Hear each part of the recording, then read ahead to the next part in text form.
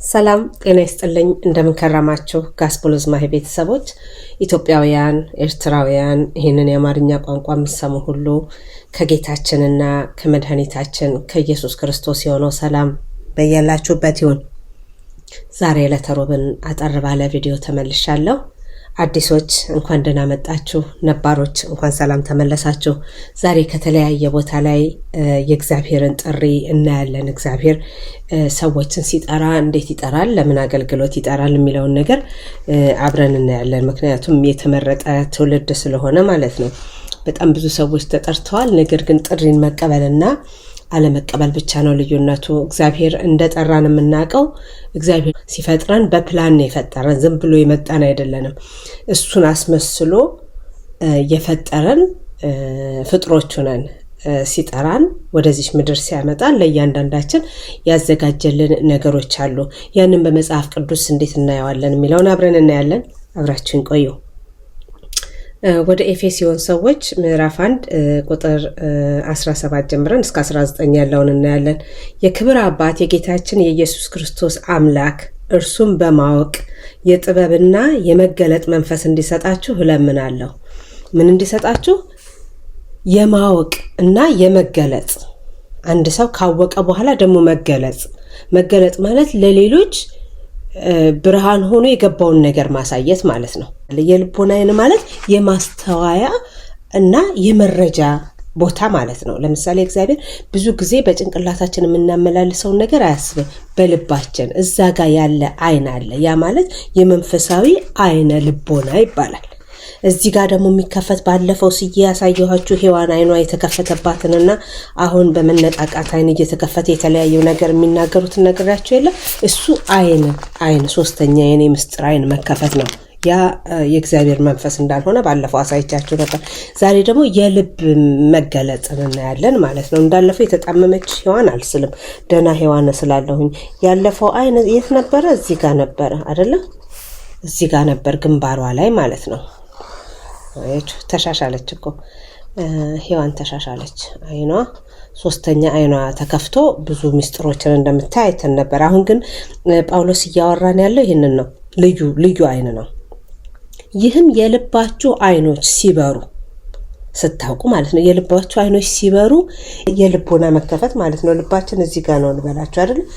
ልባችን ውስጥ ያለ ዓይን የማወቅ ጥበብ የእግዚአብሔር የሆነ ጥበብ እዚህ ጋር ነው የሚሆነው፣ ልባችን ላይ እዚህ ጋር ሳይሆን ማለት ነው። የመጥፎ መንፈስ ደግሞ ሲሆን እዚህ ጋር ነው። ያ ደግሞ ከእግዚአብሔር ያልሆነ ምስጢር እንደምናይ ባለፈው ሲያሳይቻችኋለሁ። የተጣመመች ሔዋን የሳልኩ ጊዜ ማለት ነው። እና የልባችሁ ዓይኖች ሲበሩ ማስተዋል ስንችል፣ ቃሉን አዳምጠን መኖር ስንችል ማለት ነው። ይህም የልቦናችሁ ዓይኖች ሲበሩ የመጥራቱ ተጠርቷል ማለት ነው። ሰው የመጥራቱ ተስፋ ሲጠራ ሰው ተስፋ አለው፣ የዘላለም ሕይወት ተስፋ አለው። የመጥራቱ ተስፋ ምን እንዲሆን በቅዱሳንም ዘንድ ያለው የርስት ክብር፣ ርስት ማለት ወራሽነት፣ በሰማይ የምንኖር ሰው ማለት ነው። ወራሽነት ክብር፣ ባለጠግነት ምን እንዲሆን ለምናምን ከሁሉ የሚበልጥ የኃይሉ ታላቅነት ምን እንዲሆን ታውቁ ዘንድ ነው። ይሄን የምመኘው ልቦናችሁ እንዲበራ የምመኘው። እዚህ ጋር ያለው የውሸት ትንቢት የምንናገርበት አይደለም። የልቦና ሲሆን በእግዚአብሔር ቃል ላይ ይሆናል። እግዚአብሔርን ቃል እንሰማለን፣ የእግዚአብሔርን ቃል እናነባለን። እግዚአብሔር በምን ሁኔታ ነው የጠራኝ እንላለን። የፈለግነውን ነገር አይደለም የምንናገረው፣ የእግዚአብሔር የፈለገውን ነገር ነው። ያ ነው የልብ መብራት ማለት ነው።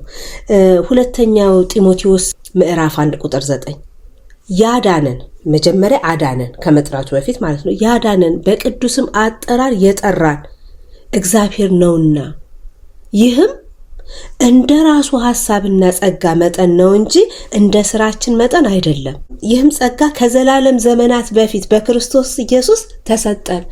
በክርስቶስ ኢየሱስ ተሰጠን። ከመቼ በፊት? ከመወለዳችን በፊት እግዚአብሔር አስቀድሞ መረጠ። በኋላ ደግሞ እሱን እናያለን። አስቀድሞ መረጠ። ለምንድን ነው? ያዳነን፣ አድኖ ነው የጠራን። ማመን፣ አንድ ሰው በክርስቶስ ሲያምን ተጠራ ማለት ነው። ሲያምን ጥሪ ያለው፣ ውሸት አይደለም፣ ጥሪ ያለው። ያንን ጥሪውን የጠራን በቅዱስ አጠራር ነው የሚጠራን። ያዳነን በቅዱስ አጠራርም የጠራን እግዚአብሔር ነውና ሌላ አይደለም እግዚአብሔር ነውና ይህም እንደራሱ ሐሳብና ጸጋ መጠን ነው እንጂ እንደ ስራችን መጠን አይደለም አሁን እንደ ማህሌት ስራ አይደለም እንደ እግዚአብሔር ባለጸግነት መጠን እንደ ደግነቱ መጠን አይደለም ይህም ጸጋ ከዘላለም ዘመናት በፊት በክርስቶስ ኢየሱስ ተሰጠን በራሳችን አይደለም በሱ ተሰጠን ይሄ ጸጋ ይሄን ደግሞ ወደ ሮሜ ሰዎች ላይ እናያለን ወደ ሮሜ ሰዎች ምዕራፍ 8 ቁጥር 31 ይላል ልጁ በክርስቶስ እንደተሰጠን እንድናስበው ነው ልጁ በብዙ ወንድሞች መካከል በኩር ይሆን ዘንድ በኩር ማለት የመጀመሪያ ማለት ነው በኩር ይሆን ዘንድ የመጀመሪያ ይሆን ዘንድ አስቀድሞ ያወቃቸውን ማህሌትን አየለን ከበደን ጣይቱን ምናምን ያወቃቸውን የልጁን መልክ እንዲመስሉ አስቀድሞ ዓለም ሳይፈጠር ማለት ነው አስቀድሞ ደግሞ ወስኗቸዋል የተጠራ አልሰማም ማለት አይችልም የሰማ አልሰማም ያየ አላየሁም ማለት አይችልም በቃ እግዚአብሔር አስቀድሞ ነው የመረጠው ምን እንድንመስል ልጁን እንድንመስል ወስኗልና አስቀድሞ የወሰናቸውንም እነዚህን ደግሞ ጠራቸው ለሥራ ጠራቸው አስቀድሞ የወሰናቸውን የጠራቸውንም እነዚህን ደግሞ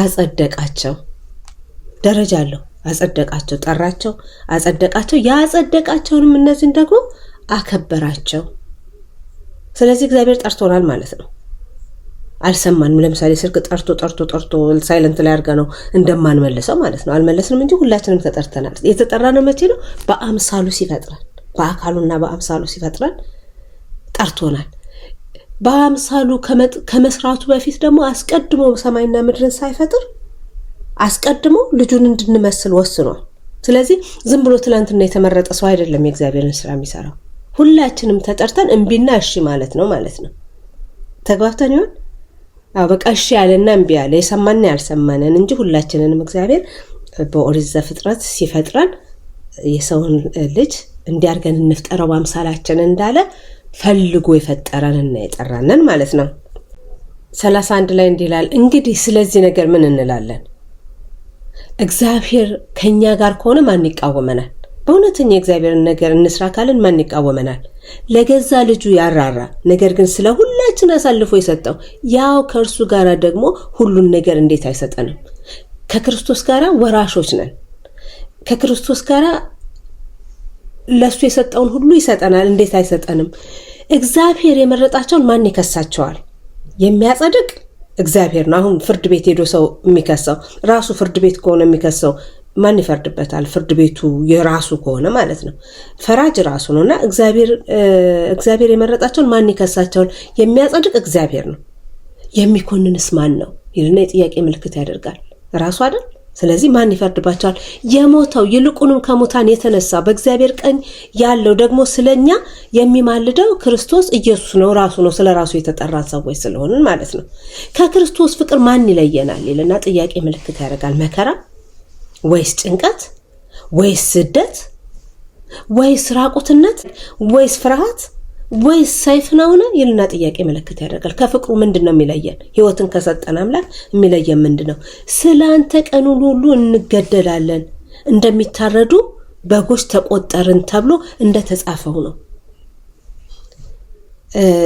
ከሕይወት ክርስቶስን መምረጥ ማለት ነው እስከ ሞት ድረስ እስከዛ ድረስ ከሱ ፍቅር ማን ይለየናል ምክንያቱም ፈራጅ እሱ አጽዳቂ እሱ ስለዚህ እሱን ከያዘን ማን ይከሰናል ነው የሚለው በዚህ ሁሉ ግን በወደደን በርሱ ካሸናፊዎች እንበልጣለን ሞት ቢሆን ሕይወትም ቢሆን መላእክትም ቢሆኑ ግዛትም ቢሆን ያለውም ቢሆን የሚመጣውም ቢሆን ኃይላትም ቢሆኑ ከፍታም ቢሆን ዝቅታም ቢሆን ልዩ ፍጥረትም ቢሆን በክርስቶስ ኢየሱስ በጌታችን ካለ ለእግዚአብሔር ፍቅር ሊለየን እንዳይችል ተረድቻለሁ አይቶ ከክርስቶስ ፍቅር የሚለየን እንደሌለ በደንብ አድርጎ አጥንቷል ስለዚህ እነዚህ ሁሉ መከራዎች ቢኖሩ ከክርስቶስ ፍቅር የሚለየን የለም ምክንያቱም ፈራጅ እሱ ስለሆነ እግዚአብሔር የፈጠረልን ራሱን የቻለ ፕላን እያለ ምን እንደሆነ እንኳን ፕላኑ ጠይቀነው አናውቅም አሁን ለምሳሌ አንድ ጓደኛችን የሆነ ነገር ኮነች አብረን ያንን ትምህርት ልናጠና እንሞክራለን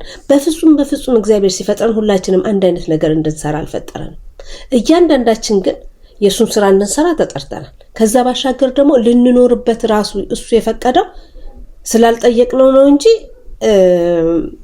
ላይክ አንዱ ነርስ ስለሆነ ነርስ የምንሆንበት አይደለም። ራሱን የቻለ ነገር ነበር። ነገር ግን አልጠየቅነው፣ መልሱንም አልጠበቅነው እና አምላካችን ሲጠራን አምላካችን ለስራ ሲጠራን ሳንፈጠር ነው የጠራንና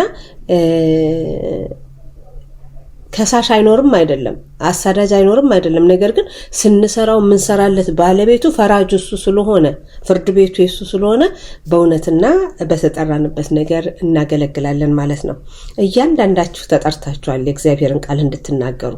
በምን አጠራር? በቅድስና አጠራር የጠራን። በምን አጠራር ነው የጠራን? በቅዱስ አጠራር ያዳነን፣ በቅዱስም አጠራር የጠራን እግዚአብሔር ነውና ይህም እንደራሱ ሐሳብና ጸጋ መጠን ነው እንጂ እንደ ስራችን አይደለም። እንደ ስራችን ቢሆንማ እኔ እዚህ ጋር ቁጭ ብዬ ስለ እግዚአብሔር ባልተናገርኩኝ ነበረ። ነገር ግን እንደሱ ጸጋ ሆኖ የተጠራሁትን እሺ ብዬ ተቀብዬ ወደ እናንተ ፊት ቀርቤያለሁኝ። ዛሬ ባጭሩ መጠራት ምንድነው የሚለውን እንድናየው ነው። እግዚአብሔር ተጣርቷል ወይ ከተጣራስ ሰምቻለሁ ወይ የሚለውን እንድናብሰለስለው አብዝቼ እየጋበዝኩኝ አብራችሁኝ ስለቆያችሁ ከልብ እያመሰገንኩኝ ቀዳሚን በቪዲዮ ሮምን ደግሞ በኦዲዮ ተመልሼ እስካያችሁ ድረስ መልካም ዕለተ ሮብ ይሁንላችሁ። ሰላም ቆዩኝ። ሰላም ያገናኘን።